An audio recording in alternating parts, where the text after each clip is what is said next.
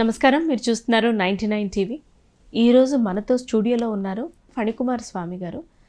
ఆయన వేద పండితులు, అమ్మవారి ఉపాసకులు, అంతకన్నా అద్భుతమైనటువంటి వాక్చాతుర్యం ఉన్నటువంటి వ్యక్తి. ఆయన మాటల్లో ఆయన ఏం చెప్పినా కూడా ఒక వినేవాళ్ళకి చూసేవాళ్ళకి ఒక చిన్న పెదవి మీద స్మైల్ ఒకటి వస్తూ ఉంటుంది.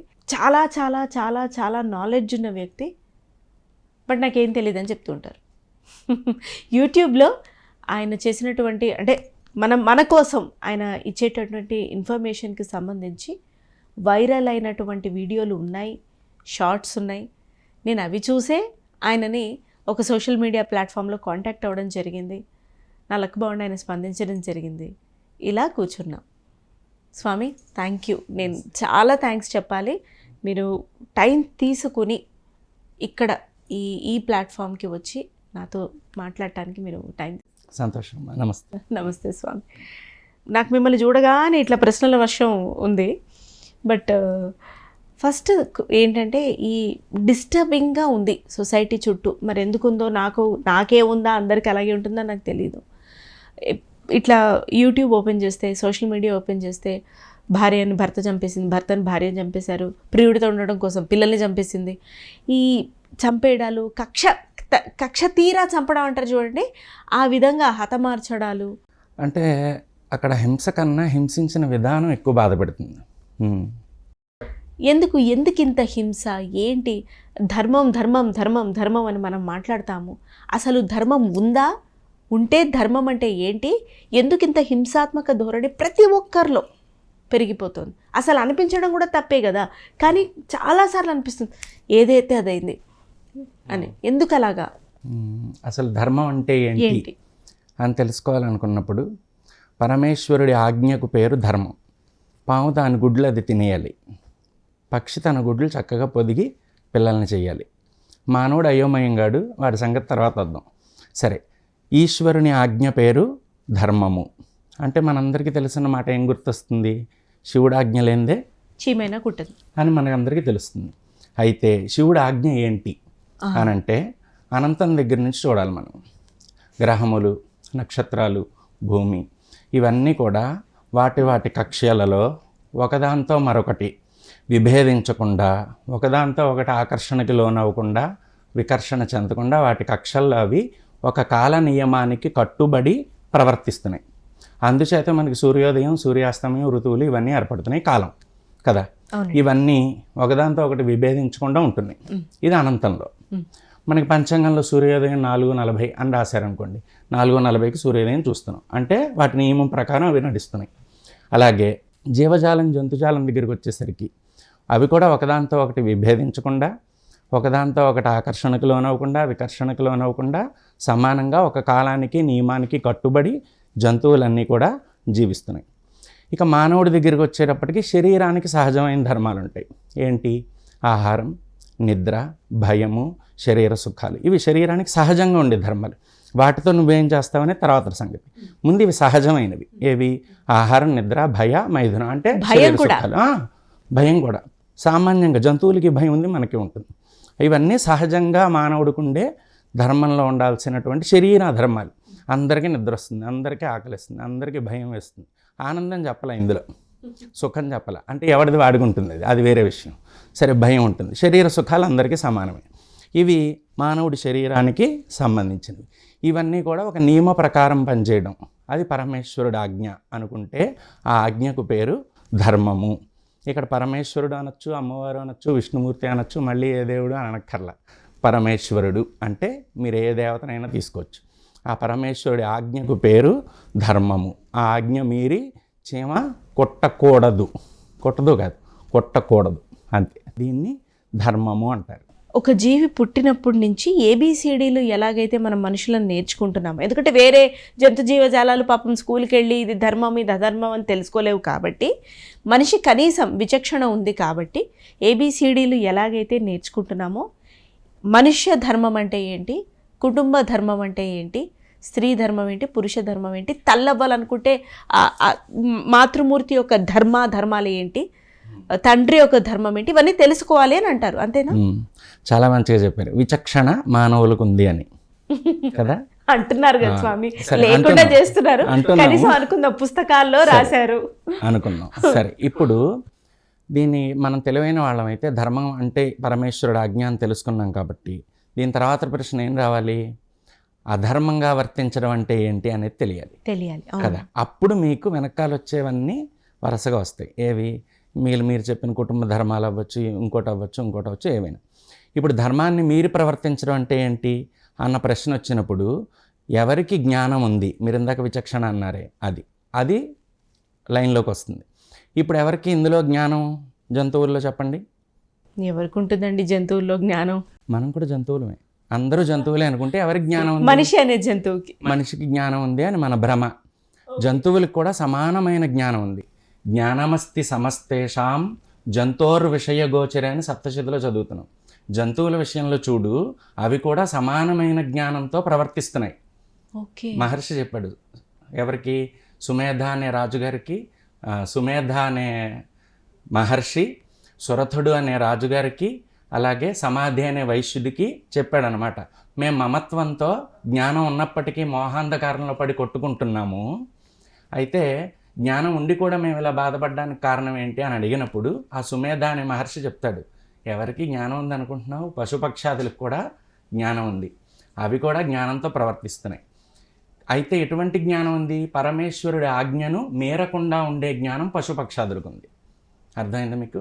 పక్షి అది గుడ్లు పెట్టవలసి వచ్చినప్పుడు చక్కగా గూడు కట్టి గుడ్లు పెట్టి వాటిని పోషిస్తుంది కదా. అలాగే జంతువులు వాటి పిల్లల్ని అవి పోషించుకుంటున్నాయి. వాటి జోలికి వెళ్తే అవి కూడా క్రోధానికి గురయ్యి మన మీద తిరగబడుతున్నాయి. ఇవి దేంతో చేస్తున్నాయి? ఇవన్నీ జ్ఞానంతో చేస్తున్నాయి. మనకు స్వెటర్ అల్లడానికి ఎంత టైం పడుతుంది? మీకు వచ్చా స్వెటర్ అల్లడం? నాకు అస్సలు రాదు స్వామి. ఒకవేళ నేర్చుకుంటే కనీసం నెల పట్టదా? దానికి ఒక కోర్సు, మళ్ళీ దాని ఫీజు, ఇవన్నీ మీకు ఒక 2 నెలల్లో ఆ స్వెటర్ అల్లడం అనే కోర్సు నేర్చుకుంటా. పక్షి ఏ జ్ఞానంతో గూడు అల్లింది? అది పరమేశ్వరుడు ఇచ్చిన జ్ఞానం. కాబట్టి అది జ్ఞానం ఉందా? దానికి ఉంది కదా. గుడ్లను పెడుతుంది. ఆ గుడ్లను కింద పడేసి ఇప్పుడు నా వల్ల కాదు, నేను పొదగలేను అంటుందా? లేదండి, అంటలేదు. అదేం చేస్తుంది? చేస్తుంది, పొదుగుతుంది. ఇదంతా జ్ఞానంతోనే చేస్తుంది.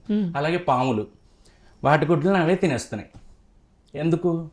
ఒకవేళ పాము దాని గుడ్లన్నీ పొదిగేస్తే భూమి మొత్తం పాములే ఉంటాయి కదా. పరమేశ్వరుడు ఆజ్ఞది, నీ గుడ్లు నువ్వే తిని. పక్షి అలా చేయకూడదు, దానికి తెలియదు, అది చేయాలని కూడా అనుకోదు. అయితే ఇప్పుడు పశుపక్షాదులన్నీ పరమేశ్వరుడి జ్ఞానాన్ని మేరకుండా ధర్మంగా ప్రవర్తిస్తున్నాయి. సింహం వేటాడే శక్తి ఉంది కదా అని అన్నిటిని చంపి తినేస్తుందా ఒకేసారి? లేదు. అది ఆకలేసినప్పుడు 20 రోజులకు 10 రోజులకు ఒకసారి వేటాడుతుంది. తర్వాత దాని చుట్టూ జంతువులు తిరుగుతున్నప్పటికీ కూడా అది వేటిని పట్టించుకోదు, వాటితో సహచర్యం చేస్తుంది. సింహం కూడా, క్రూర జంతువు కూడా. అంటే ధర్మాన్ని మీరట్లేదు. ఇప్పుడు మానవుడి దగ్గరికి వచ్చేసరికి వీడు ఇంగ్లీష్ కబుర్లు చెప్తాడు. ఏమని? I'm financially not right now, I'm financially not fit right now అని చెప్పి అబార్షన్ చేయించడానికి వెళ్తాడు. ఏమైంది ఇప్పుడు? అధర్మమే కదా. అయితే మానవుడి హక్కు కదా అది. ఇప్పుడు నేను పిల్లల్ని పెంచలేను, నిజంగా నాకు ఓపిక లేదు, పెంచలేను. ఇక్కడ పరమేశ్వరుడు మానవులకి జ్ఞానంతో పాటు మీరన్న విచక్షణా శక్తి అన్నారు కదా, అది కూడా ఇచ్చాడు. అయితే దాన్ని విచక్షణా శక్తి అంటారు శాస్త్రంలో. ఏమంటారంటే కర్తృత్వ అధికారము అంటారు. ఏమంటారు? కర్తృత్వ అధికారం. నువ్వు చెయ్యొచ్చు, మానొచ్చు, నీ ఇష్టం. అర్థమైందా? ఇది చేస్తే మంచి, ఇది చేస్తే చెడు, శాస్త్రం చెప్పిన తర్వాత విషయం. కర్తృత్వ అధికారము. నువ్వు పిల్లల్ని కనొచ్చు, మానొచ్చు. వీడు ఇంగ్లీష్ కబుర్లు అని చెప్పి అబార్షన్ చేయించడానికి వెళ్తాడు. లేకపోతే ఆడపిల్ల ఉందని తెలుసుకుని అబార్షన్లు చేయించడం మన సంఘటనలు సమాజంలో ఇంకా జరుగుతున్నాయి ఇప్పటికీ. దేని వలన? అజ్ఞానం వలన. ఇది అధర్మము అని అందాం. అయితే విచక్షణా శక్తి అని మీరు అన్నది లేదు, నేను కర్తృత్వ అధికారము అన్నది పరమేశ్వరుడు మానవులకి ఎందుకు ఇచ్చాడు? ఇది తర్వాత ప్రశ్న. ఎందుకు ఇచ్చాడు? మోక్షం పొందడం కోసం ఇచ్చాడు కదా. అంటే 24 గంటలు నిద్రపోకు, నిద్రకి ఈ సమయం ఇచ్చాను, ఈ సమయంలో నిద్రపో, మిగతా సమయంలో ఈ పని చెయ్యి, నువ్వు కుటుంబాన్ని పోషించుకో, ఈ పనులు చెయ్యి, నీ రోజు ఇలా ఉండాలి. ఇదంతా ధర్మానికి కట్టుబడి ప్రవర్తించాలి. అందుకే నీకు కర్తృత్వ అధికారాన్ని ఇస్తున్నా. నువ్వు నిద్రపోవచ్చు, శివరాత్రి అని చెప్పి జాగారము చేయొచ్చు, కడుపు నిండా తినచ్చు, ఏకాదశి రోజు ఉపవాసం ఉండొచ్చు కదా. మనం ఆ రోజే దేహమే శరీరమే దేవాలయం, ఇందులోనే దేవుడు ఉన్నాడని చెప్పి ఆ రోజే తింటాం. అవును. ఇది మోసం చేసి అది అధర్మం అవుతుంది. సరే, మొత్తానికి ఇలా మానవుడికి కర్తృత్వ అధికారం ఇచ్చాడు. అయితే నేను ఇందాక చెప్పిన ఉదాహరణలో ఈ కర్తృత్వ అధికారాన్ని మీరు ఎక్కడ వినియోగించాలి? అబార్షన్ విషయంలో ముందుగానే ప్లాన్ చేసుకోవాలి. అంటే మంచం ఎక్కే ముందు ప్రెగ్నెన్సీయే రాకుండా నీ సెన్సెస్ ని నువ్వు ఇంద్రియ నిగ్రహం అప్పుడు ఉంచి, ఓకే ఇప్పుడు నేను ఇలా ఇది చేస్తున్నాను, దీని తర్వాత పరిణామాలు ఏమిటి అవి ఫేస్ చేయకుండా ఉండాలంటే నేను ఏం చేయాలని ముందే ఊహించుకోవాలి కదా. అవునండి. వీడు ఆ పని చేయకుండా ఆ కర్తృత్వ అధికారాన్ని ఇక్కడ వినియోగిస్తాడు. అది అధర్మము అయింది. ఇప్పుడు అర్థమైంది మీకు? ధర్మము అధర్మము. పక్షులు జంతువులు అవన్నీ జ్ఞానముతో, పరమేశ్వరుడు ఇచ్చిన జ్ఞానంతో స్పష్టంగా ధార్మికంగా జీవిస్తున్నాయి. ఒక్క మానవుడే ప్రకృతికి వ్యతిరేకంగా వెళ్తాడు, కాలానికి వ్యతిరేకంగా వెళ్తాడు. ఇక్కడ కాలము ప్రకృతి అంటే వేరే వేరే ఏమనుకోకరు, నీ శరీరమే దీనికి వ్యతిరేకంగా వెళ్ళడమే. 10 దాకా పడుకోవడం, పొద్దున్నే లేవకుండా ఇష్టం వచ్చినట్టు తినడం, ఏది పడితే అది తినడం కర్తృత్వ అధికారం. తినచ్చు, ఇది తిను ఇది తిను, నీకు ఇది తింటే మంచిది, ఇది తింటే మంచిది కాదు, నేను ఇది తినేస్తా ఇది తినేస్తా, వీడు ఆకలి ఎక్కువ కాబట్టి. సరే, మొత్తానికి ఇలా దీన్ని అధర్మము అని అన్నారు. ఇది నేను అబార్షన్ విషయంలో మాత్రమే చెప్పా, మీరు దేనికైనా అన్వయం చేసుకోవచ్చు. భార్య భర్తని, భర్త ఏదైనా సరే, అత్తమామలతో హింస, ఇప్పుడు ఇష్టం ఉంది నీకేది ఉంది అది నువ్వు తేల్చుకో, లేదు నువ్వు దాటి వచ్చేసావు అని అంటే ఇక మళ్ళీ అటువైపు వెళ్ళకూడదు. కానీ నీకై నువ్వు కావాలని కన్నా పిల్లల్ని హతమార్చే హక్కు లేదు. అదే భార్య భర్త. కొన్ని సందర్భాల్లో కడుపులో ఉన్న గర్భస్థ శిశువు సరిగ్గా ఎదగలేదని చెప్పి ఇంకోటనో డాక్టర్లు చెప్పినప్పుడు నేను నా అనుభవంలో కన్నవాళ్ళని చూసా. పరమేశ్వరుడు ఇచ్చాడు, మనం తప్పు హింసించకూడదు లేదా గర్భనష్టం చేయకూడదు అని ధర్మానికి కట్టుబడి కన్నవాళ్ళని చూశాను. అమ్మో మనం ఇది భరించలేము, పెంచలేము, మనం జీవితాంతం ఈ దుఃఖం అనుభవించలేము అని అక్కడికి ఆ విషయాన్ని ముగించిన వాళ్ళని, అంటే అబార్షన్ చేయించిన వాళ్ళని చూశాను. అది వేరే సినారియో పూర్తిగా. అయితే అది కూడా అధర్మమే అవుతుంది. ఒకవేళ అటువంటి శిశువుని నువ్వు కనేసి వాడికి చేయవలసిన సేవలన్నీ చేస్తున్నప్పుడు కర్మక్షయం అవుతుంది. అర్థమైందా? అంటే ధర్మబద్ధంగా నడుచుకుంటూ ఉన్నప్పుడు కర్మక్షయం సహజంగా జరిగిపోతుంది, మనం ప్రత్యేకంగా ఏం చేయక్కర్లా. అది ధర్మము అంటే అది. కాబట్టి ఆ ధర్మాన్ని మీరి ఎప్పుడూ ఎన్నడూ ప్రవర్తించకూడదు. ధర్మాన్ని మీరి ప్రవర్తించకుండా ఉన్నంతకాలం మనం ఏమి చేయనవసరం లేదు, అన్నీ సహజంగా జరిగిపోతాయి. మానవుడు సహజంగా ఆనందంగా ఉంటాడు, ముందు అసలు నవ్వుతూ ఉంటాడు, సంతోషంగా ఉంటాడు, ఎవరిని హింసించడు, ఎవరి జోలికి వెళ్ళడు, వాడితో వాడు ఆనందంగా ఉంటాడు, పక్క వాళ్ళకి కూడా ఆనందాన్ని పంచుతాడు. కాబట్టి ఇది ధర్మము, ఇది అధర్మము, ఇవి రెండు స్పష్టంగా మనకి అర్థం అవ్వాలి. అయితే మనకేంటి కన్ఫ్యూజన్ అంటే పూజలు చేయడం ధర్మం అనుకుంటాం, లేకపోతే ఇంకోటి ధర్మం అనుకుంటాం. అవును, పూజలు చేయడం, హోమాది క్రతువులు ఆచరించడం, గుడికి వెళ్ళిపోవడం, శుక్రవారం గుడికి, శనివారం ఇంకో గుడికి, ఇవన్నీ ధర్మం కాదు. అవునా స్వామి? ధర్మాచరణ అదంతా వేరు. ఇవన్నీ నువ్వు ఆనందంగా ఉండడం కోసం పరమేశ్వరుని అడుగుతున్నారు, అవునా? ఏ పని లేకుండా ఒత్తిని నమస్కరిస్తున్నారా? పోనీ అలా అనుకున్న ప్రశాంతత కోసం గుడికి వెళ్ళే వాళ్ళు కూడా ఉన్నారు. గుడికి వెళ్తే ప్రశాంతత వస్తుంది, వేరే సంగతి వస్తుంది, అది వేరే సంగతి. ఎందుకంటే పరమేశ్వరుడు సకల ఐశ్వర్యాలు అనుగ్రహిస్తాడు కాబట్టి అదంతా వేరే. వీటిని కామ్యకర్మలు అంటారు. అంటే మనిషి తాను అభివృద్ధిలో ఉండడం కోసం. అది కూడా ఎందుకు చెప్పారు? మోక్షం కోసమే. మళ్ళీ అంటే వీడు సంసారంలో పడి దుఃఖాల్లో చిక్కుకొని పరమేశ్వరుడు వైపు చూడకుండా వెనుతిరిగి వెళ్ళిపోతే మళ్ళీ జన్మించాలి, మళ్ళీ జన్మించాలి. అందుకోసం ఈ మానవుడికి ఈ దుఃఖం ఇప్పుడు నివారణ చేస్తే నా వైపు తిరుగుతాడు. పరమేశ్వరుడు వెంటనే అనుగ్రహించి ఆ దుఃఖం నుంచి విముక్తి కలిగిస్తాడు మనం ఆచరించిన కర్మల్ని బట్టి. అది వాటిని కామ్య కర్మలు అంటారు. అదంతా వేరే, పూర్తిగా వేరే సబ్జెక్ట్. మనం వెళుతూ మన సిరీస్లో వాటి గురించి కూడా అంటే ఇన్ డెప్త్ సపరేట్గా తెలుసుకుందాం స్వామి. ఎందుకంటే ఎవరూ మాట్లాడకపోతే ధర్మం అంటే ఏంటో ఎవరికీ అర్థం కాదు. గుళ్ళోకి వెళ్ళడం ధర్మం అనుకుంటారు, లేకపోతే ఎవరికో 10 రూపాయలు ఇచ్చి దానం చేసి అదే ధర్మం అనుకుంటారు. దీపం వెలిగించడం కాదు. ధర్మం అంటే అసలు ముందు శరీరం దగ్గర నుంచి ప్రారంభం అవుతుంది. పిల్లవాడికి పాలు తాగడం ఎవరు నేర్పించారు? అది ఎంత కష్టమైన పనో తెలుసా మీకు? ఏది? పిల్లవాడు పాలు తాగడం అనేది, పుట్టిన పిల్లవాడు ఎంత కష్టమో తెలుసా? అంటే ఎన్ని జన్మల నుంచి పుట్టాడు వీడు? వాడు ఆ నిమిషం పాలు తాగాలి అన్నప్పుడు వాడికి ఎవరు చెప్పారు?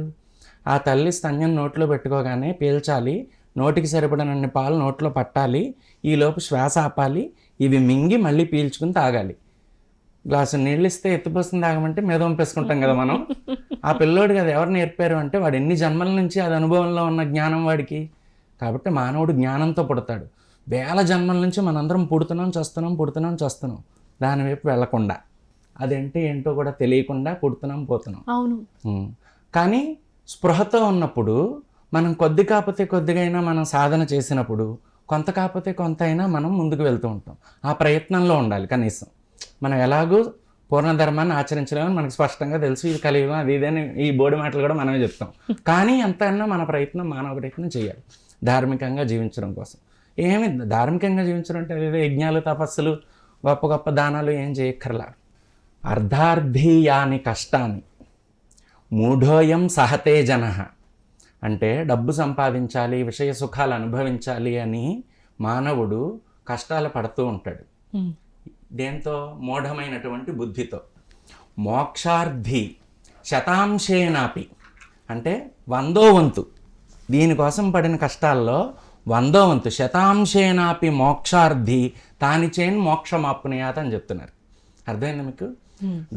డబ్బు కోసం వెంపర్లాడి నువ్వు పడే కష్టాల్లో 100వ వంతు కష్టం నువ్వు భగవంతుడి కోసం కేటాయిస్తే నీకు మోక్షమే సిద్ధిస్తుంది, మళ్ళీ జన్మలు లేవు కదా. అది ధార్మికంగా జీవించిన వాడు ఏ కష్టం లేదు, ఏ ఇది లేదు, వాడు హాయిగా మోక్షాన్ని పొంది తీరుతాడు.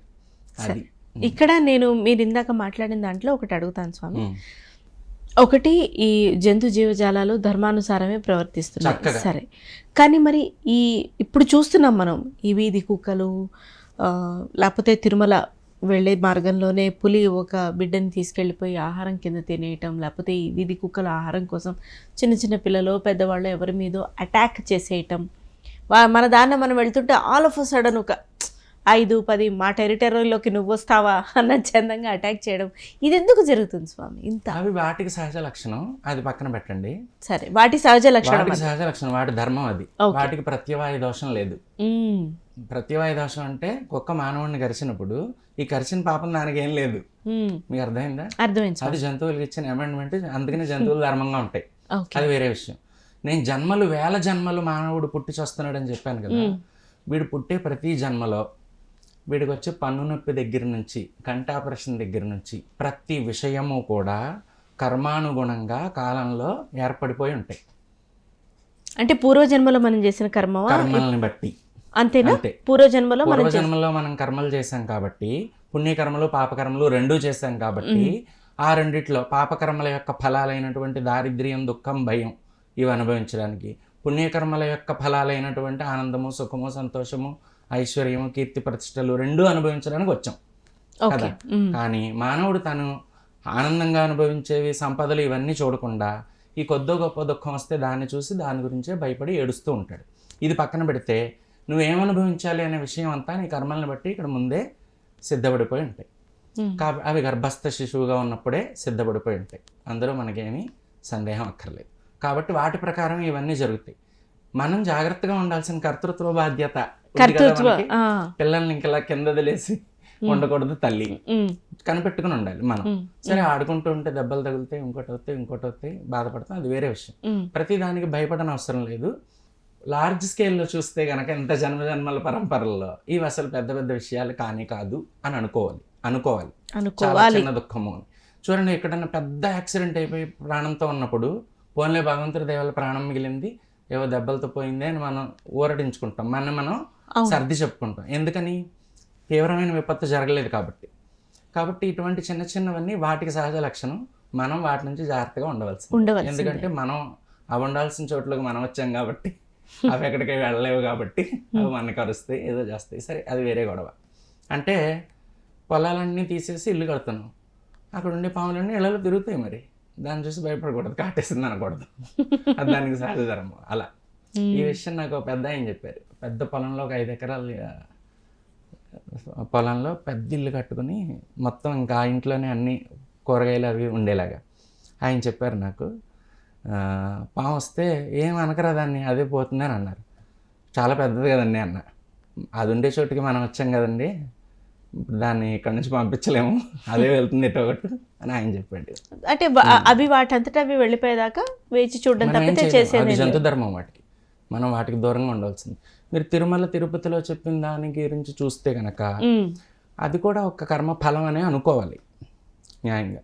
మరి భగవంతుడు ఏం చేస్తున్నాడంటే, భగవంతుడు అనే విషయం మనం తర్వాత వద్దాం దానికి.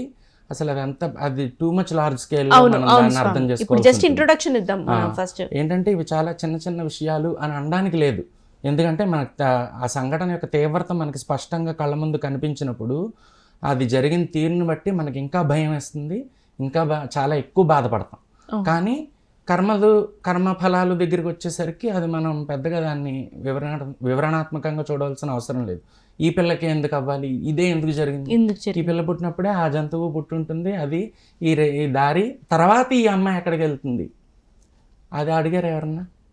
చంపేసింది బాగానే ఉంది, విష్ణు సాహిత్యం పొందిందేమో మనం చూడలేదుగా కదా, విష్ణు సాహిత్యమే పొందిందేమో మనం చూడలేదు. లేదు వేరే భువనంలో ఎక్కడో ఇంద్ర పదవి పొందిందేమో, తిరుపతి మెట్ల మీద పోయింది కాబట్టి మనం చూడలేదుగా. ఇది అర్థం అవ్వాలంటే మీకు అమ్మవారు అంటే ఏంటో తెలియాలి. అప్పుడు మీకు ఇది అర్థం అవుతుంది. భువనములేంటి, బ్రహ్మాండములేంటి, ఎక్కడెక్కడ ఎన్ని జన్మలు ఉంటాయి, ఎన్ని అసలు సంవత్సరాలు, ఋతువులు, కాలాలు ఏముంటాయి, అవన్నీ అర్థమైతే ఇవన్నీ కూడా తేలిగ్గా అర్థమైపోతాయి. కానీ ఇప్పుడు మీరు అంటున్నారు కాబట్టి నేను కూడా అనుకున్నాను అడుగుదామని. మీరు లలితాదేవి ఉపాసకులు అని అనొచ్చు, ఆవిడ్ని అమితంగా ప్రేమించే, అభిమానించే, ఇష్టపడేటటువంటి వేద పండితులు. అసలు అమ్మవారు ఓవర్ ద లార్జెస్ట్ స్కేల్ మామూలు మనుషులకు అర్థమయ్యేలాగా లలిత అమ్మవారు అంటే ఎవరు? ఈ మధ్య ఈ మాధ్యమాలన్నీ వచ్చేసిన తర్వాత చాలామందికి పరిచయమే అమ్మవారు. ఇలా ఉంటుంది, ఈ రూపంతో ఉంటుంది, చీర కట్టుకుని ఉంటుంది, ఇది అది అని. ఇంకో విషయం ఏంటంటే ఎలా అయినా సరే మేము అమ్మవారిని పూజించేస్తాం, ఎలా అయినా సరే మేము లలిత సహస్రనామ స్తోత్రాలు ఇవి చదివేస్తాం అనే వాళ్ళు కూడా బయలుదేరారు. అవునండి. అసలు అమ్మవారి గురించి మనం తెలుసుకోవాలి అన్నప్పుడు బ్రహ్మాది దేవతల వల్ల కూడా కాదు. ఆవిడ అజ్ఞేయ. ఎవరు? అజ్ఞేయ అంటే తెలియబడనిది. ఎవరికి? యస్యా స్వరూపం బ్రహ్మాదయో నజానంతి తస్మాదుచ్యతే అజ్ఞేయ. బ్రహ్మాది దేవతలు కూడా తెలుసుకోలేరు కాబట్టి అమ్మవారిని అజ్ఞేయ అని పిలిచారు. అనంత. యస్యాంతో నలభ్యతే, అంతము అనేది లేదు కనుక ఆవిడ్ని అనంత అని పిలిచారు. అనంత అని ఎందుకు పిలిచారో చెప్పనా? ఇది తెలియాలంటే మీకు కొంచెం వివరంగా చెప్పచ్చు, పర్వాలేదు? చెప్పండి. కాలం గురించి అర్థం అవ్వాలి మనకి. కాలము అనగానే మనకి సంవత్సరాలు, ఋతువులు ఇవి తెలుసు కదా. అవునండి. కొంచెం పైకి వెళ్తే శతాబ్దాలు అంటాం, ఇంకొంచెం వెళ్తే యుగాలు అంటాం మనకున్న ఇదిలో. ఇప్పుడు మనం ఏ యుగంలో ఉన్నాం? కలియుగంలో. ఇది ఎన్ని లక్షల సంవత్సరాలు అంటే 4,32,000 సంవత్సరాలు కలియుగం. ఏం భయపడక్కర్లా, చక్కగా ఉంటాం మనందరం మళ్ళీ జన్మించి కూడా, జన్మజన్మల పరంపరలతో. 4,32,000 సంవత్సరాలు కలియుగం. దీనికి రెట్టింపు ద్వాపరయుగం, అంటే కృష్ణ పరమాత్మ కాలం, అంటే 8,64,000 సంవత్సరాల కాలం ద్వాపరయుగం. తర్వాత రాముల వారి కాలం, దాన్ని త్రేతాయుగము అంటారు. ఆ త్రేతాయుగం కాలం ఈ కలియుగానికి 3 రెట్లు ఎక్కువ, అంటే 12,96,000 సంవత్సరాలు. 12,96,000 సంవత్సరాలు త్రేతాయుగం, రాముల వారి కాలం. దానికన్నా ముందరది కృతయుగం, దాన్నే సత్యయుగం అంటారు. అది 17,28,000 సంవత్సరాల కాలం సత్యయుగం. ఇవన్నీ కలిపితే 43,20,000 సంవత్సరాల కాలం ఒక మహాయుగం. ఇన్ని గడిస్తే ఈ 4 ఒక సైకిల్లో పూర్తయితే ఒక మహాయుగము కదా. అవునండి. ఇప్పుడు ఇటువంటి మహాయుగాలు 71 గడిస్తే కంటిన్యూస్గా అది ఒక మన్వంతరము అంటారు. ఏంటిది? మన్వంతరం. ఒక మన్వంతరం. ఇటువంటి మన్వంతరాలు 14 గడిస్తే, మీరు క్యాల్కులేషన్ చేసుకోవాలి, నాకు లెక్కలు తెలియదు. ఇటువంటి మన్వంతరాలు 14 గడిస్తే అప్పుడు బ్రహ్మగారికి ఒక పగలు, మళ్ళీ రాత్రి రెస్ట్ తీసుకుని ఉదయాన్నే సృష్టి చేస్తాడు. అలా బ్రహ్మగారికి 100 సంవత్సరాలు అయితే ఒక కల్పం. అర్థమైందండి? అర్థమైంది. ఇది కాలం యొక్క లెక్క. ఇవన్నీ ఉంటాయా లేవా అంటే అస్సలు సందేహపడక్కర్లా. పంచాంగం ఆధారం. చక్కగా సూర్యోదయం 6:40 అని రాస్తే ఎదురుగుండా కనపడుతున్నాడు. దీని ఆధారంగా లెక్క కట్టింది. లేదు అనడానికి ససేమీరా అవకాశమే లేదు అసలు.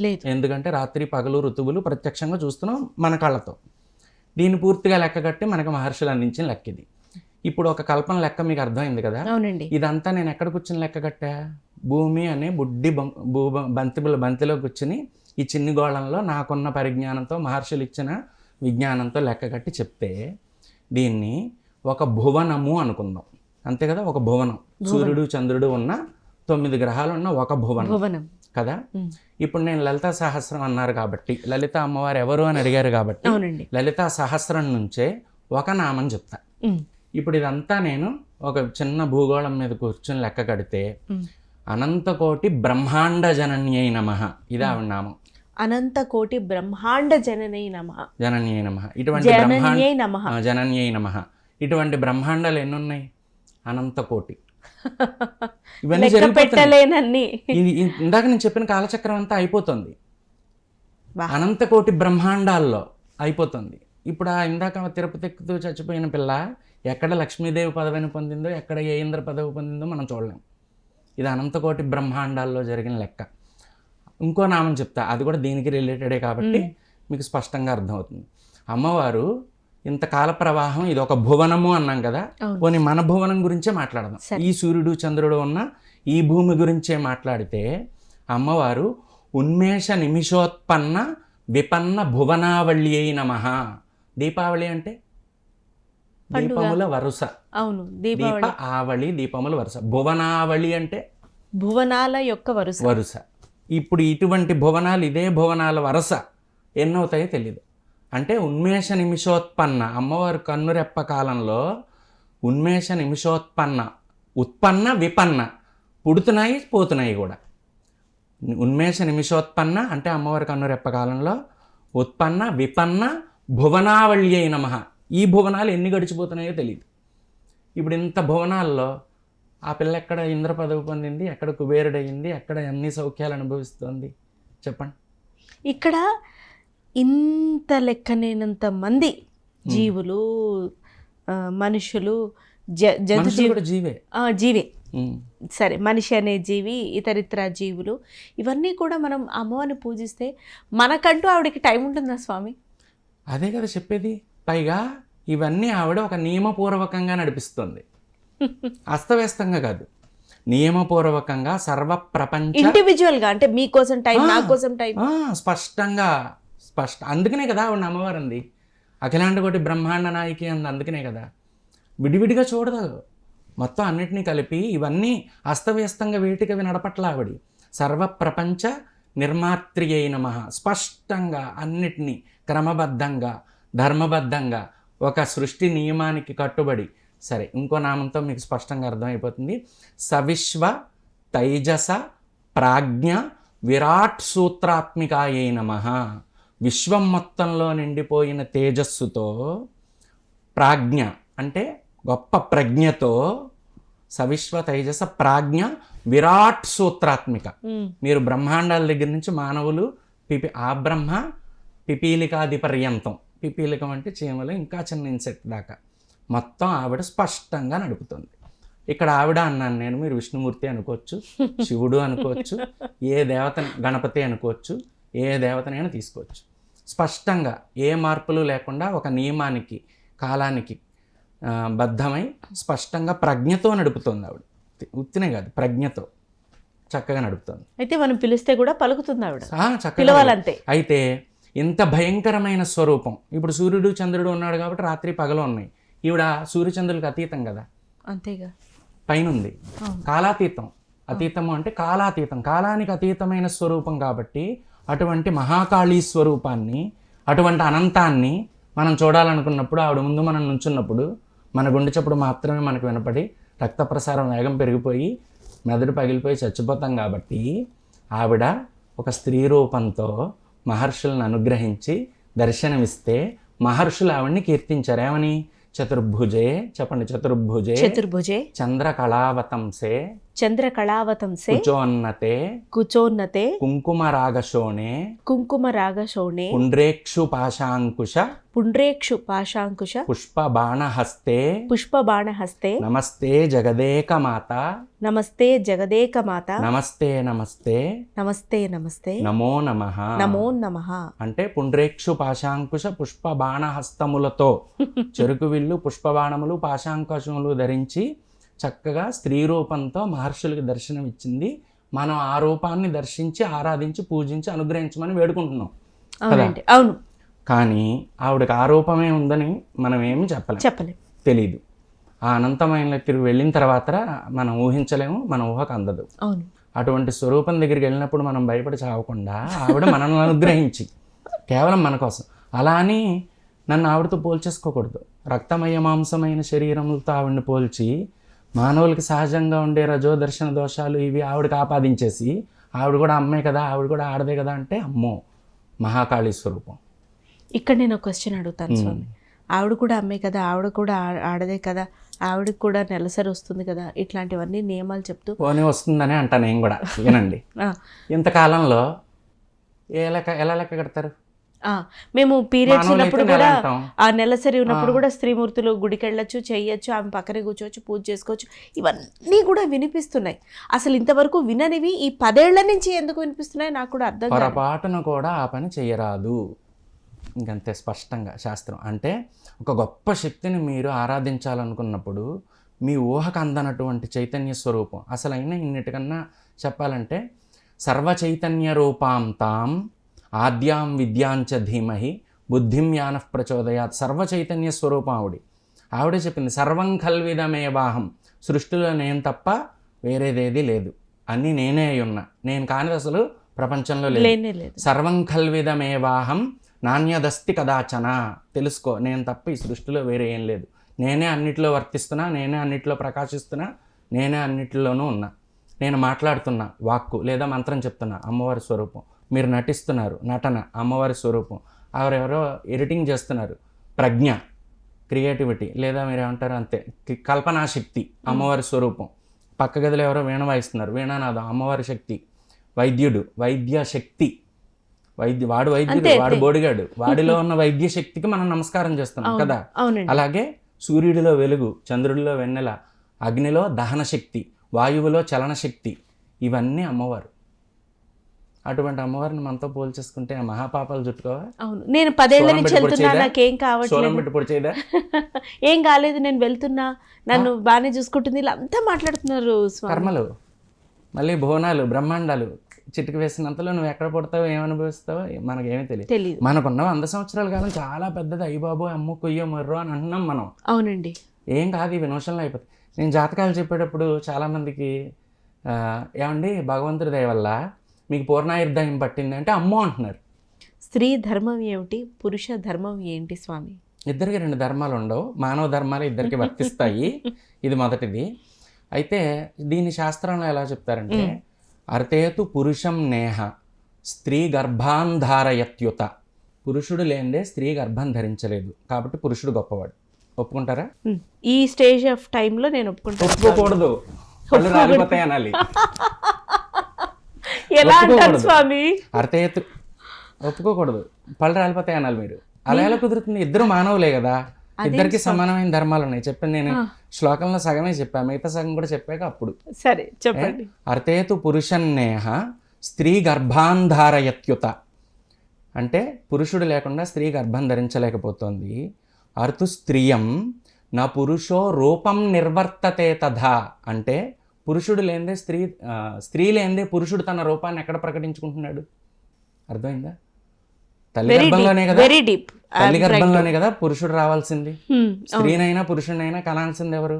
స్త్రీయే కనాలి. అప్పుడు పురుషుడు లేనిదే స్త్రీ గర్భం ధరించడం చేత కావట్లేదు, స్త్రీ లేనిదే పురుషుడు తన రూపాన్నే ప్రకటించుకోలేకపోతున్నాడు. ఇప్పుడు చెప్పండి ఎవరు గొప్ప? అమ్మో పెద్ద క్వశ్చనే స్వామి, కామెంట్లో వర్షం కింద కురిసి. కాబట్టి ధర్మము, సనాతన ధర్మము లేదా శాస్త్రములు కానీ ఈ వివక్షను ఎప్పుడు చూపించవు. అందరికీ సమానమైన ధర్మములే ఇస్తాయి, ప్రత్యేకమైన ధర్మములు ఏముండవు. అయితే సమాజంలో మనం ఇక్కడికి వచ్చేద్దాం, అక్కడి నుంచి పరం నుంచి ఇహంలోకి వచ్చేస్తే భార్య పిల్లలు ఇవన్నీ పక్కన పెడితే పరాయి దేశాల వాళ్ళ పాలనలు, దాడులు, వీటన్నిటిలో విలువైన దాన్ని మనం కొంచెం రక్షించుకోవాలి కదా. స్త్రీ అన్నిటికన్నా విలువైంది కదా. చిన్నప్పటి నుంచి బంగారు తల్లి చిత్తలని గుండెల మీద పెంచుకుంటున్నాం కదా. అంటే కాళ్ళ మధ్యలో కళ్ళు పెట్టుకుని బతికే వెధవలు ఉన్నారు, అది నేను కాదను, వాళ్ళు కూడా ఈ సమాజంలోనే ఉన్నారు. కానీ స్త్రీని మనం చాలా గౌరవించాలి, చాలా ప్రేమగా చూస్తున్నాము, చాలా ఆవిడకి ఇచ్చేటటువంటి విలువ ఇస్తున్నాం. విలువైందని జాగ్రత్తగా కాపాడుకోవాలి. కాబట్టి ఈ పరాయి దేశాల వాళ్ళ పాలనలో వాటిల్లో మన సమాజంలో కొంచెం మనం స్త్రీని అమ్మ బయటికి వెళ్ళకమ్మా, ఇలా ఉండమ్మా, అలా ఉండమ్మా అని కొంచెం కట్టుబాట్లలో పెట్టడం జరిగింది. అయితే దాన్ని దాటి కొంచెం ముందుకు వచ్చేసాం మనం. ఇప్పుడు స్త్రీలు స్వేచ్ఛగా అన్నీ చేయగలుగుతున్నారు, చేస్తున్నారు, ఇబ్బందులు ఏమీ లేవు నేను అనుకోవడం. ప్రస్తుతం ఉన్నాయి, లేవని నేను పూర్తిగా లేవని చెప్పను. అలా అని పూర్తిగా నిర్బంధించేశారంటే అది ఒప్పుకోను. భారతదేశంలో మొట్టమొదటి మహిళా ఐపీఎస్ ఆఫీసర్ ఎవరు చెప్పండి? ఎవరు? కిరణ్ బేడి గారు. కరెక్ట్గా చెప్పారు. పురుషుడు?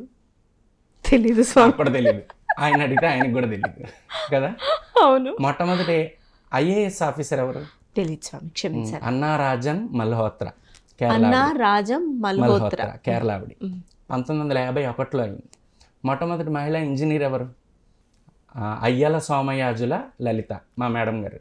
మీ మేడం గారు అంటే లలిత కాబట్టి. అయ్యల సోమయాజులు బ్రాహ్మణులు కాబట్టి. అయ్యో పర్లేదు స్వామి, పర్వాలేదు. ఊరికే అన్నాను. పర్వాలేదు స్వామి. అయ్యల సోమయాజుల లలిత గారు ఆవిడ మొట్టమొదటి మహిళా ఇంజనీర్. ఇలా మహిళలు సాధించినటువంటి విజయాన్ని సమాజం చాలా ఎక్కువ గౌరవిస్తుంది. వాళ్ళకి అన్నుదన్నుగా నిలబడుతుంది, వాళ్ళకి సహాయ సహకారాలు అన్నీ అందిస్తుంది. ఏది వాళ్ళు సాధించాలి అనుకున్నప్పుడు, ఏది విజయం సాధించాలి, నేను ఇంకా ఏదో చెయ్యాలి అనుకున్నప్పుడు సమాజం వాళ్ళకి ఏమీ కట్టుబాట్లు విధించట్లేదు, వాళ్ళని చక్కగా సాధించనిస్తుంది. మొట్టమొదటి మహిళా ఆస్ట్రోనాట్ కల్పన చావ్లా. పురుషుడు తెలియదు స్వామి. రాకేష్ శర్మ. సరిపోలే రాకేష్. కానీ వీళ్ళ విజయాలను గుర్తుపెట్టుకున్నట్టు వాళ్ళ విజయాలని గుర్తుపెట్టుకోదు సమాజం. అంటే సహజం ఇది, కానీ వాళ్ళు చేస్తే అది చాలా గొప్పది. అయితే సమాజంలో నేను చెప్పాను కదా, కొంచెం స్త్రీకి విలువ ఇవ్వాలి కాబట్టి కొంచెం కట్టుబాట్లు అవి ఉన్నమాట వాస్తవమే. వాళ్ళు సాధించాలి అనుకున్నప్పుడు ఎవరో ఆపడం లేదు. కానీ సాధించాలనుకున్నారు, ఇందుకోసం ట్రైనింగ్ వెళ్తున్నారు. మాగారిని సాధించాలనుకున్నప్పుడు కూడా ఎవరు ఆపట్ల. ఓకే స్వామి. వయసు వరుస కూడా అత్తగారు కోడల్ని సాధించాలనుకున్నప్పుడు కూడా ఎవరు ఆపట్లేదు. సరే, కానీ ఇలా సాధించాలనుకున్నప్పుడు ట్రైనింగ్ సెంటర్స్ అక్కడిక్కడికి బయటికి వెళ్ళాలి కదా స్వామి, ఇంట్లో కూర్చొని అయితే చేయలేం. ఇలా వెళ్ళాలనుకుంటున్నప్పుడు ఎంత జాగ్రత్తగా ఉన్నా మీరు చెప్పిన ఈ సో కాల్డ్ వెధవలే తిరిగి మళ్ళీ పురోగమనం స్త్రీకి, ఇంట్లోనే ఉండు, నువ్వు ఇంట్లోంచి బయటకు వెళ్ళే పరిస్థితి లేదు, సిచ్యువేషన్ తీసుకొస్తున్నారు. మరి ఉమెన్ మీద ఇటువంటి ముందుకెళ్తుంది తప్ప వెనకాల ఇప్పుడు. కానీ ఏం ముందుకెళ్ళడం స్వామి, ఇట్లా ఆడవాళ్ళ మీద అఘాయిత్యాలు ఉన్నాయి, కొన్ని ఉన్నాయి. ఇందాక మనం మొదట్లో చెప్పినట్టు అఘాయిత్యం కన్నా అది చేసిన తీరు ఎక్కువ బాధించేస్తుంది. అంత క్రూరత్వం ఉంటుందా అనిపించేలాగా. అంటే అది మానవత్వం కాదు, పూర్తిగా రాక్షసత్వం, పైశాచికత్వం. మానవ ధర్మం అధర్మం ఇందాక అది మాట్లాడుకున్నాం కదా, దీనికి అది పూర్తిగా అసలు చాలా దూరమైన విషయం. రాక్షసత్వం ఇది. వీళ్ళు రాక్షసులతో సమానం.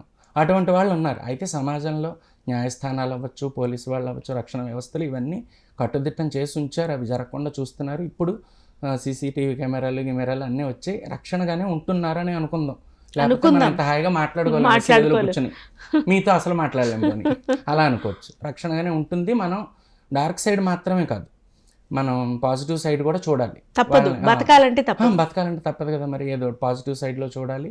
వాళ్ళని కూడా మనం చక్కగా అందరూ విజయాలను సాధిస్తున్నారు. అయితే కొంత ఆర్థిక స్వాతంత్రం ఉంటే మంచిదే అని నా అభిప్రాయం. ఇది నా సొంత ఇది అనుకోవచ్చు. ఆర్థిక స్వాతంత్రం ఉంటే వాళ్ళు మరింత మెరుగ్గా అన్ని పనులు చేసుకోగలుగుతారు, సాధించగలుగుతారు అని నా అభిప్రాయం.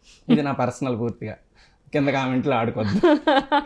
అది ఎలాగైనా చేస్తారు. కానీ ఈ స్వేచ్ఛ ఏంటి స్వామి? ఎవరిని పడితే వారిని ఏదైతే అది అనేయటం, సోషల్ మీడియా వచ్చిన దగ్గర నుంచి అని అంటే నేను అన్నాను, బయటకు వచ్చిందేమో సోషల్ మీడియా వచ్చిన దగ్గర నుంచి, కానీ కనపడ్డ ప్రతి ఒక్కరిని నీకే ఏం తెలీదు అంటే అలా అనేవాళ్ళని అనటం, వాళ్ళకే ఏం తెలియదు, కానీ పక్కన వాళ్ళని ఇంకా నీకేం తెలియదు అనడం, ఆదనడం, మాటలతో హింసించడం, ఎప్పుడు పక్కన వాడిని దూషించడం కోసమే, డీమీన్ చేయడం కోసమే బతకడం, ఇది మానవ నైజం అని అయితే నేను అనుకోకూడదు. అయితే ఇక్కడే ధర్మం అనేది వస్తుంది మళ్ళీ. అంతే, ఎలా మాట్లాడాలి, అసలు మనం ధర్మం గురించి సపరేట్ సిరీస్ చేయాలి స్వామి. ఎలా నిర్ణయించాలి? ఇప్పుడు భార్యాభర్తలు ఇద్దరు దెబ్బలాడుకుని ఉద్వేగంలో నిర్ణయిస్తారా, ధర్మానుగుణంగా నిర్ణయిస్తారా? ఉద్వేగంలోనే కదా, కాదు, ధర్మానుగుణంగా నిర్ణయించాలి. నేను ఒక పురుషుడు స్త్రీని విడిచిపెట్టేయాలనుకున్నప్పుడు భార్యని ఎలా ఆలోచించాలి? నువ్వు నాకు కాఫీ ఇవ్వలేదు కాబట్టి నేను వదిలేస్తాను అంటాడా, నీకు విడాకులు ఇస్తానా? ధర్మం ఏం చెప్తుందో చూడాలి. ధర్మానుగుణంగా నిర్ణయాలు తీసుకున్నప్పుడు ఏ విషయంలో అయినా సరే, ఇది ధర్మమా అధర్మమా, మళ్ళీ ఇది ఎవరు చెప్పక్కర్లా, మీరు ఏ పుస్తకాలు చదవక్కర్లా, ఇక్కడ తెలిసిపోతుంది, ఇక్కడ స్పష్టంగా తెలిసిపోతుంది.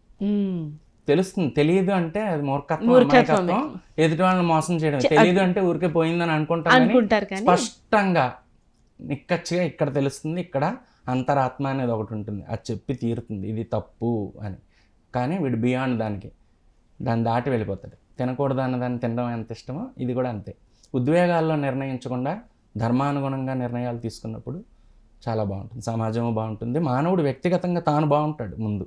సమాజం సహజంగానే బాగుంటుంది.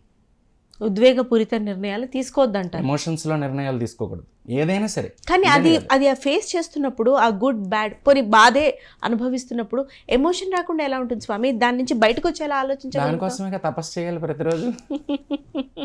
నీ ఉద్వేగాలని, అంటే మానవుడి శరీర నిర్మాణం మనకు తెలుసు, కనబడుతుంది కాబట్టి. కానీ ధర్మశాస్త్రములు ఏం చెప్తున్నాయి?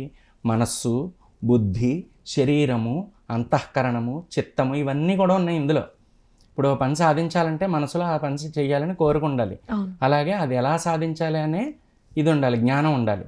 ఆ రెండు ఉంటే శరీరంతో సాధించాలి కదా. మనసు, బుద్ధి, శరీరంతో నువ్వు ఇన్ని పనులు చేస్తున్నావు కదా, ఇవి ఎలా ప్రవర్తిస్తున్నాయో తెలుసుకోవాలి కదా మనం.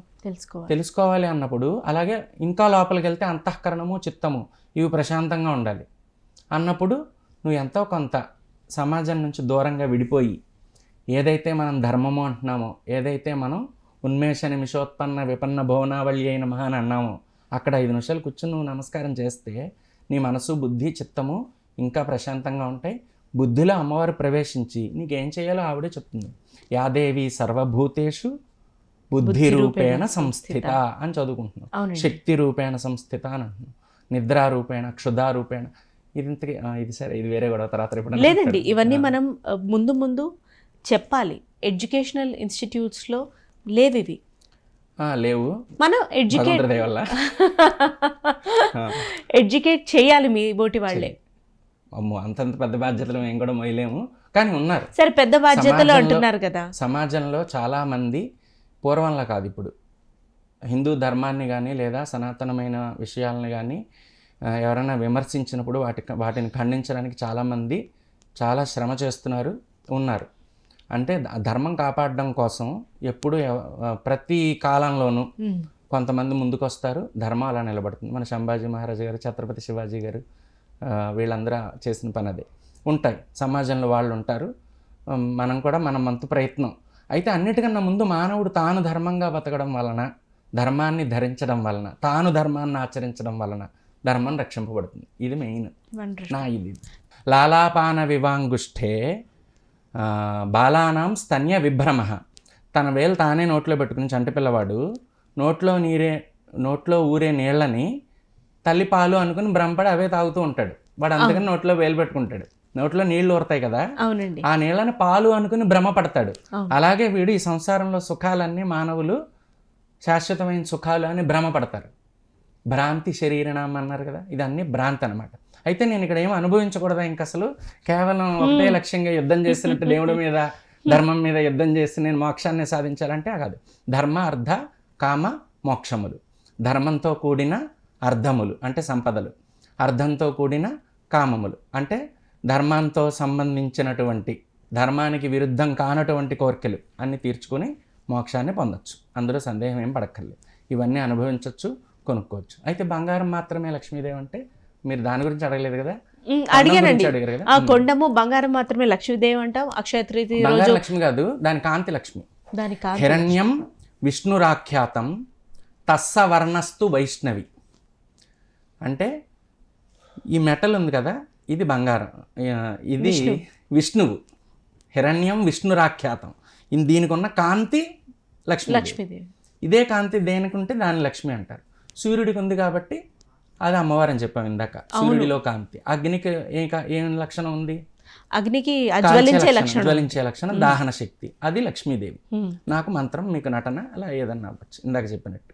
ఇది లక్ష్మీదేవి అవుతుంది తప్ప, ఇది శాశ్వతం తప్ప ఈ మెటల్ కాదు. అంటే విష్ణుమూర్తి కాదా అని అనాలి మీరు అప్పుడు. అవును అవును, అంతేగా. ఇప్పుడు మీరు సృష్టి ఎలా ఆరంభమైందని అన్నారు కదా, ఇప్పుడు అక్కడికి వస్తే అనంతం విష్ణుమూర్తి అనుకుంటే తాను సృష్టించాడు, అదంతా లక్ష్మీదేవి. అనంతం విష్ణుమూర్తి అనుకుంటే తాను సృష్టించిందంటే మన కళ్ళ ముందు ఉన్న సృష్టి మొత్తం లక్ష్మీదేవి. కానీ మీరు అనంతం విష్ణుమూర్తి అంటున్నారు, ఒక దగ్గర పరమశివుడు ఉన్నారు, ఇంకో అదే చెప్తామండి. అనంతం పరమేశ్వరుడు, తాను సృష్టించిన ప్రకృతి అంతా పార్వతి. ఈ అనంతానికి ఏం చైతన్యం లేదు, ఇది చైతన్య వస్తువు కాదు అనుకుందాం కాసేపు. దీనికి చైతన్యం లేదు. ఇది ఎప్పుడు చైతన్యం అయింది? దీనిలో ఉన్న చైతన్యాన్ని బయటపెట్టి ప్రపంచం సృష్టి రూపంలో బయట పెట్టినప్పుడు ఇది చైతన్యవంతం అయింది. అంటే దీపం ఎలా ఈ దీపం అయింది? వెలిగించడం వల్ల. చంద్రుడు ఎలా చంద్రుడు అయ్యాడు? వెన్నెలను బట్టి. సూర్యుడు ఎలా సూర్యుడయ్యాడు? కాంతిని బట్టి. నేను ఎలా బ్రాహ్మణయ్యా? మంత్రాన్ని బట్టి కదా. కాబట్టి ఈ అనంతం శివుడైతే దాని నుంచి సృష్టించినంత ప్రకృతి. ఈ రెండిటికి అభేదం, వేరువేరుగా చూడకూడదు. ఇందులోంచే కదా ఇది వచ్చింది. ఇది ఉండబట్టే ఇది ఉంది, ఇది ఉండబట్టే ఇది ఉంది. కాబట్టి ఈ రెండింటిని వేరువేరుగా చూడకూడదు. అందుకనే జగతః పితరవు వందే పార్వతీ పరమేశ్వరవు అని చెప్పారు. వాగర్ధావివ సంపృక్తం అని కాళిదాస్ గారు చెప్పిన వాక్కు అర్థము. వాక్ అంటే బోడి మాటలు ఏముంది, ఏం లేదు. అర్థం ఉంటేనే ఆ మాటకి విలువ. కాబట్టి ఇది ఉన్నప్పుడే దీనికి విలువ, ఇది ఉన్నప్పుడే దీనికి విలువ. ఈ ఇద్దరు పార్వతీ పరమేశ్వరులు అనుకోవచ్చు, విష్ణుమూర్తి లక్ష్మీదేవి అనుకోవచ్చు, బ్రహ్మగారు సరస్వతీదేవి అనుకోవచ్చు. మీరు ఏ రూపంలో అయినా సరే, గణపతి సిద్ధి అనుకోవచ్చు. గణపతి ఆయన సృష్టించింది సిద్ధి అంటే మన ప్రకృతిలో మనం చూసేదంతా ఇలా అనుకోవచ్చు.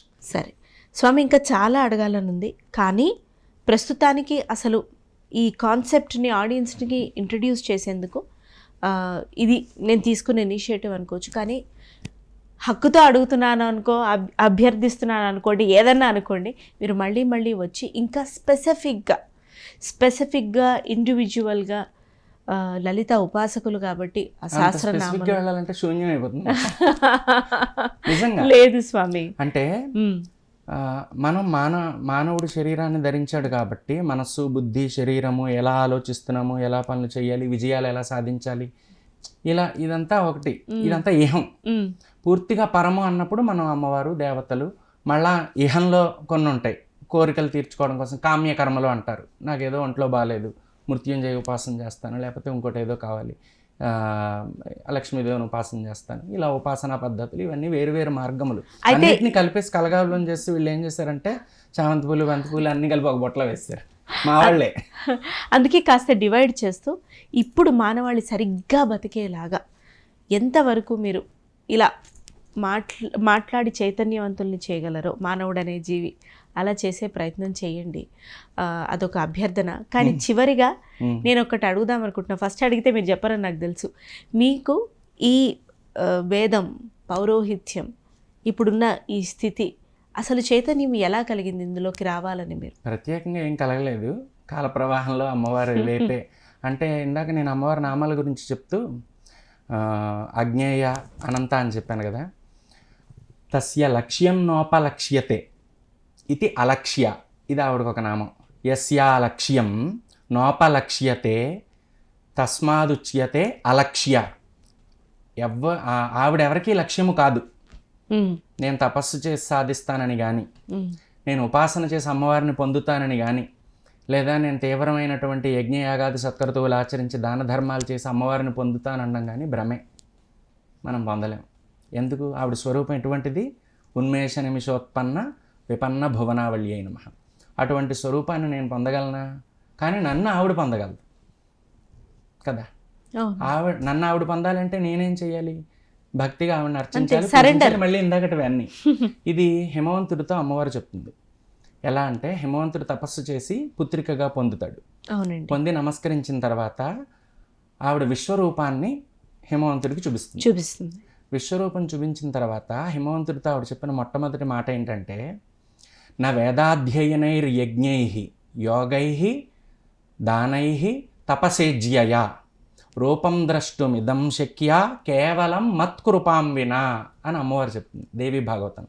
అంటే నువ్వు వేదం అధ్యయనం చేసావని కానీ, నా వేదాధ్యయనై యజ్ఞయాగాది సత్కర్తువులు చేసావు అని కానీ, యోగ మార్గంలో నువ్వు తపస్సులు ఆచరించి దాన ధర్మాలు చేసావని కానీ, నువ్వు చేసిన పుణ్యకర్మల వలన కానీ నా రూపాన్ని నీకు చూపించలేదు.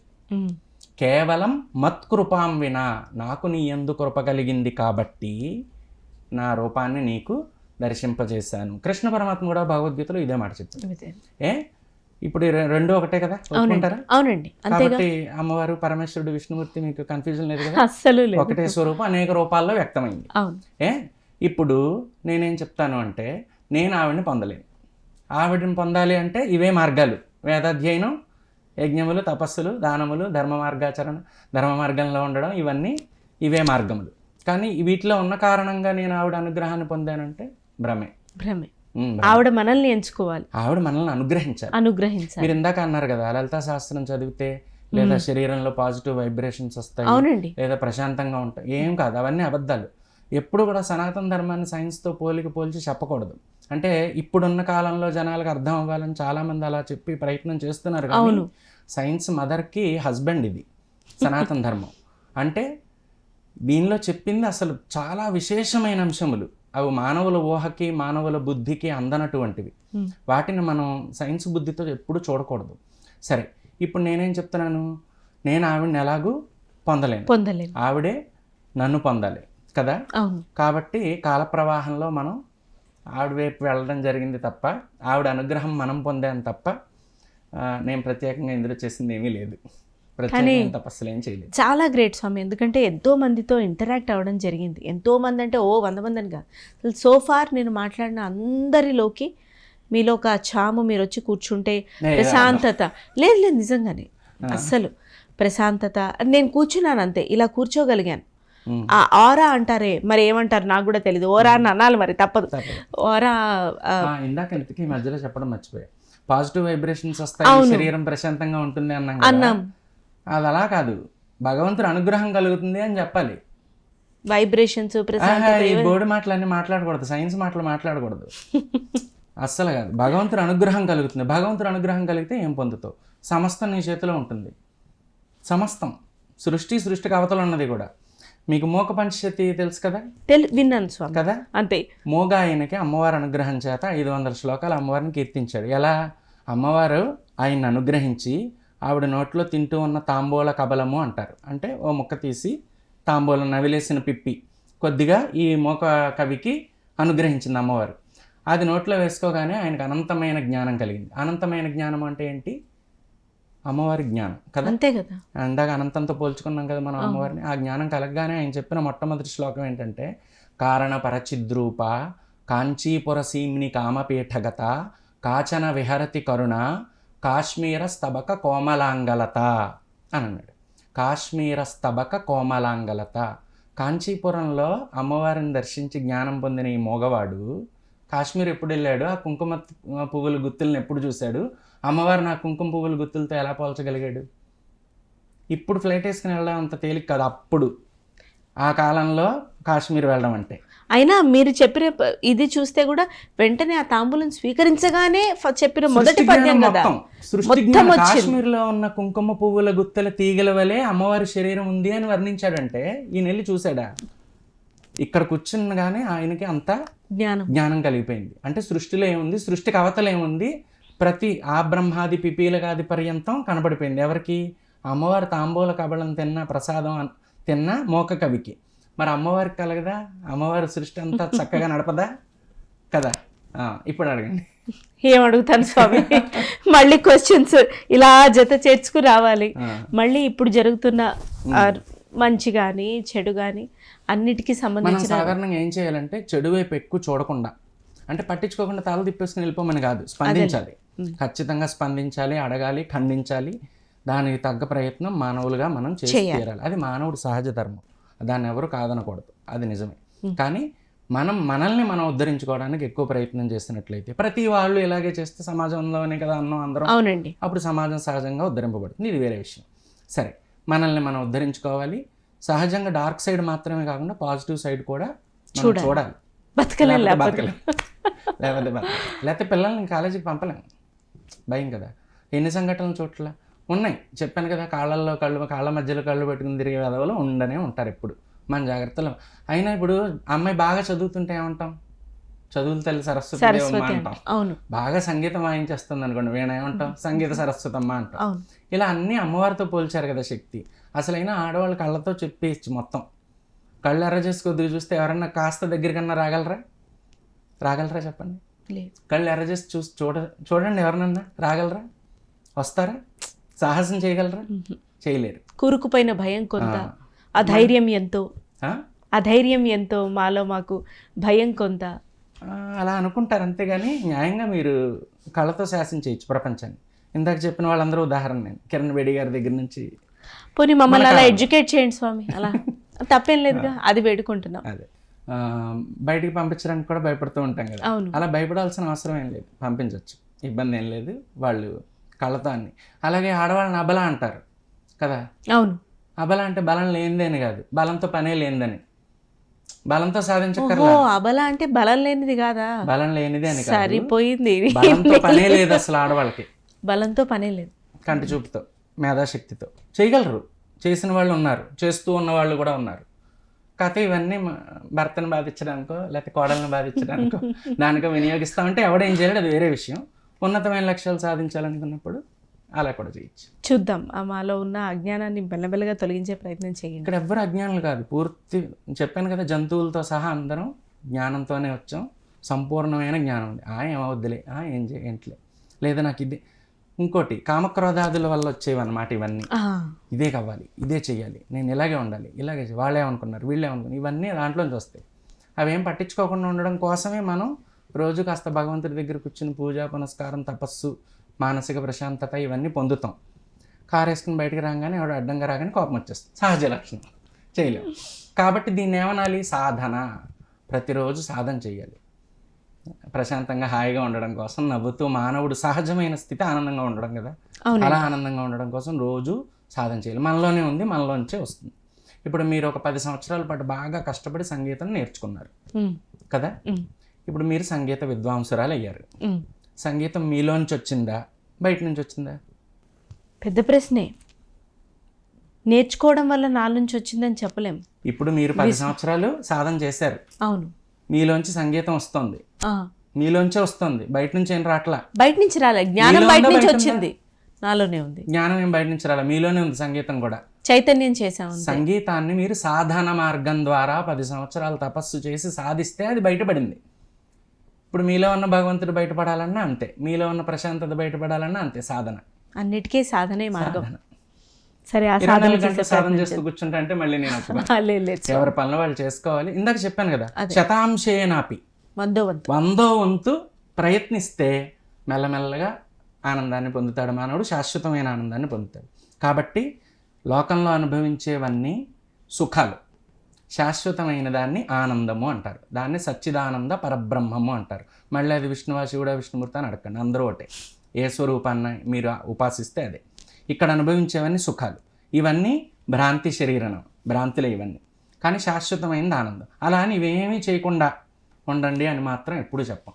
ఇక్కడ ఇవన్నీ అనుభవించాలి, అక్కడ అది కూడా మనం దాన్ని దృష్టిలో ఉంచుకుని కూడా మనం మానవ ప్రయత్నం చేస్తూ సాధన చేస్తూ ఉండాలి. అన్నీ మనలోనే ఉన్నాయి, మనలోంచే బయటకు వస్తాయి. మీలోంచి సంగీతం బయటకు వచ్చినట్టు. సరే స్వామి, మళ్ళీ కలవాలని కోరుకుంటూ ధన్యవాదాలు స్వామి, మీ సమయానికి. నమస్కారం.